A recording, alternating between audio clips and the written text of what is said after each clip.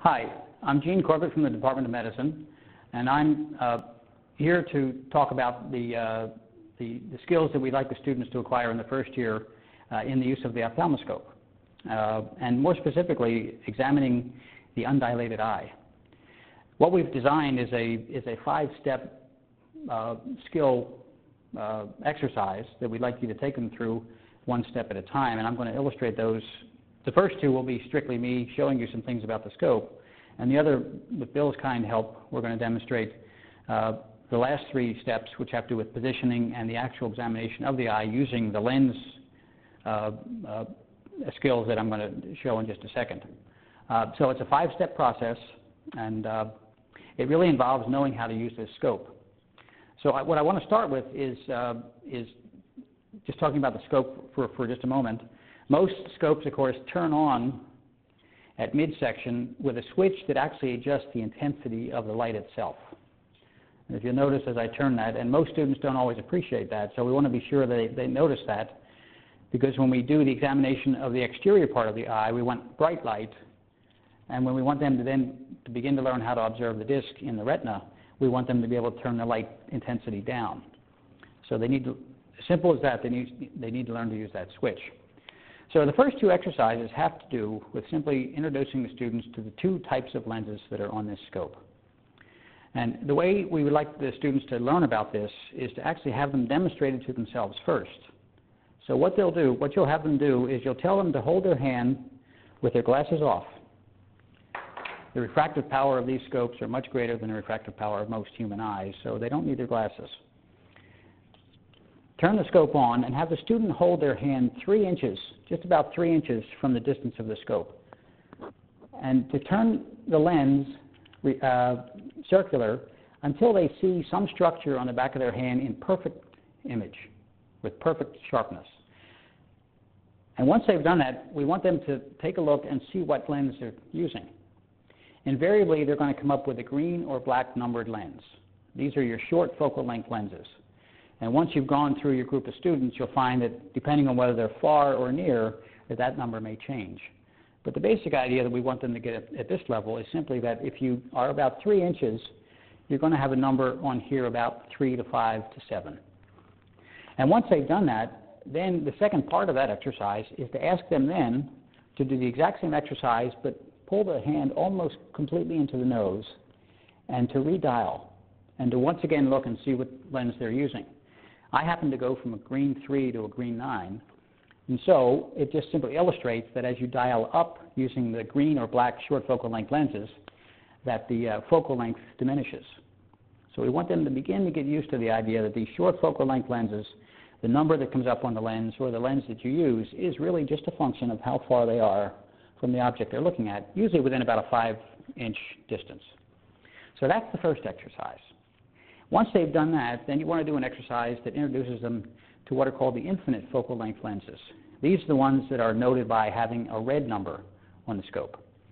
And the exercise that illustrates this to them, and it's better almost to do the exercise first and talk later, is to have them look at something across the room. Maybe it's going to be an outlet, maybe it'll be the corner of a picture, maybe it'll be the hand of a watch, and have them turn the dial again until they get a really sharp picture of something. Now, right now, I'm on a red 3. Invariably, students will give you a red 0, 1, 2, 3. Your myopic or short-sighted or short-sighted students, nearsighted students, may have to be dialed up to an 11 or 12 and occasionally higher. But if you have them go through that exercise, they will identify the long focal length, what are called the infinite focal length lens that fits their refractive power. And so it's probably helpful to point out to them with the short focal length lenses, the number they dial is a function of their distance from the object, whereas the long focal length lens that they get for looking at something across the room is going to be a function of their refractive power. And if they're a 3 now, they're going to be a 3 10 years from now. I've been a 4 since medical school. So that's the short focal length exercise and the far or infinite focal length exercise. And then they'll learn, for example, from that if you want to look at a retina, you just dial up to your unique long focal length number, mine's a -4, and that'll serve you to see most people's retinas as soon as you go in without having to turn and turn and turn until you find the right one. So they're actually the first two steps. Now what I want to do now is to talk a little bit about positioning, which is the third exercise, and then I'm going to show you how to apply the two lens looking skills to actual examination on our friend Bill. Now the positioning exercise has to do with the ideal position that the student needs to be in to have good visualization of the eye. The ideal position works something like this, and let's see, Bill, maybe if I can get you to turn this way so that we can get a side angle. The idea here is that the patient needs to be comfortable, and so does the examiner. But they also have to be aware that one peephole is trying to look inside of another peephole, so you have to be fairly close. So the student has to begin to get comfortable with being that close, but also, and probably more importantly, is making the patient feel comfortable with a close examination of the eye. And so this exercise has to do with simply having the students know that there's at least 2 or 3 things to be sure and do. The first is have the patient be comfortable and give them something to look at that's straight ahead and level. They need a specific thing to look at, otherwise the eye tends to wander. So Bill, let's see what's straight ahead, and maybe the lower left corner of the picture. So if you'll just watch that as we do the exam. And so number one, and it's a simple thing, but it's important not to go past it, is give the patient something specific to look at. It should be level and it should be centered so that when the examiner comes in to examine the eye, they know exactly where that eyeball is facing. And that becomes important with more detailed examination of the retina. For positioning, for holding the instrument, you generally should hold the instrument in the same hand that the eye is looking. So I'm going to first look in Bill's left eye, and I'm going to hold this in my left hand. The second important piece is to have your hand on the examiner's head with your thumb above their eyebrow. This allows you to know exactly where the patient is, to give some steadiness to the exam, but also enables you to concentrate on looking through the scope and let your proprioception tell you exactly where the patient is. So this is the correct position that we like to have the students assume. Holding them like this is fine, but for some patients especially, there may be too much movement. Not touching the patient at all makes it very hazardous because it's very easy then to have the examiner bump into the patient. So hand above the eye, hold things steady. Left hand for a left eye look, and right hand for a right eye look. So that's basically what we want them to be able to do in terms of the positioning. Now, I'm going to now apply what I would do if I were actually going to examine first Bill's eyes with short focal length lens, and then I'm going to do the same thing with an infinite focal length lens, and that'll be pretty much what we want the students to be able to do.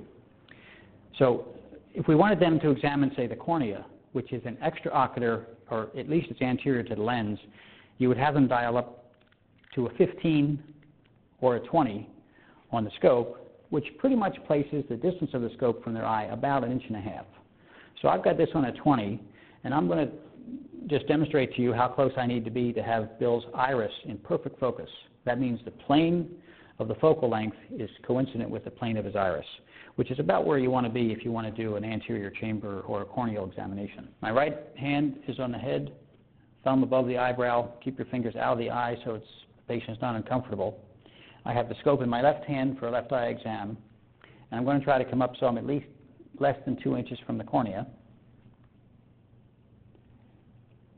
And now I've got an excellent view of the iris and can see all that I want. And the value of having your hand up here is that if you come close, you hit your own forehead on your thumb before you hit the patient. So this technique is very important. Then we would do the same examination on the other eye.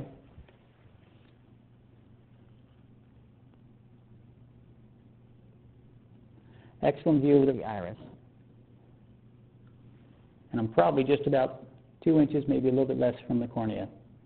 Is that comfortable, Bill? Did you feel fine. That's fine. Yes.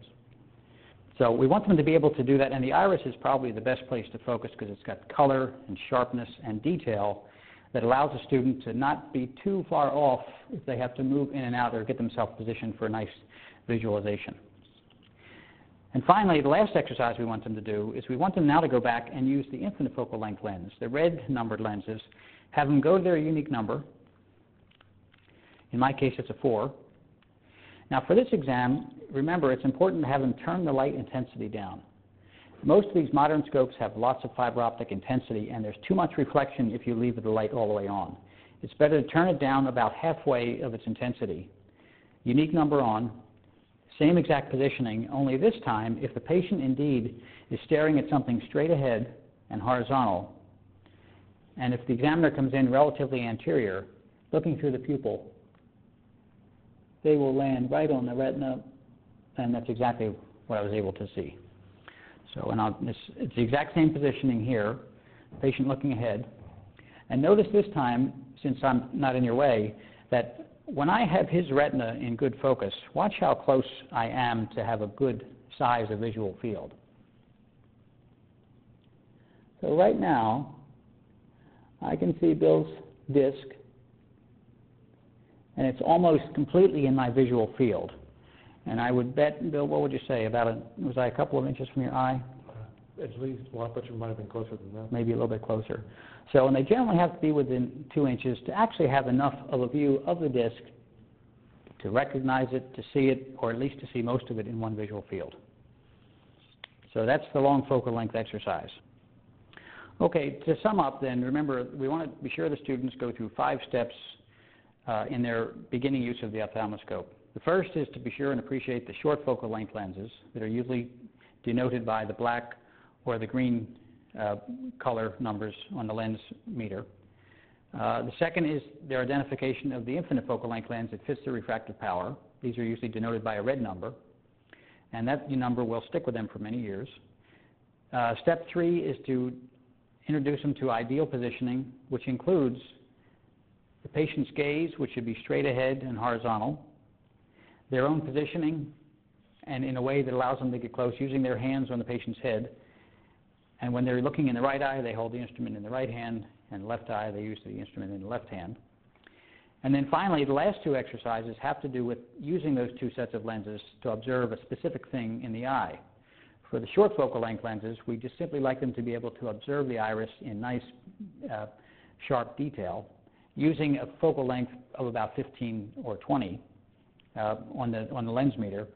And then finally, for the infinite focal length lens, have them use their unique number to simply have the eye ready, the scope ready to actually observe something in the retina. With those 5 steps, they will have a nice introduction to the beginning use of the ophthalmoscope.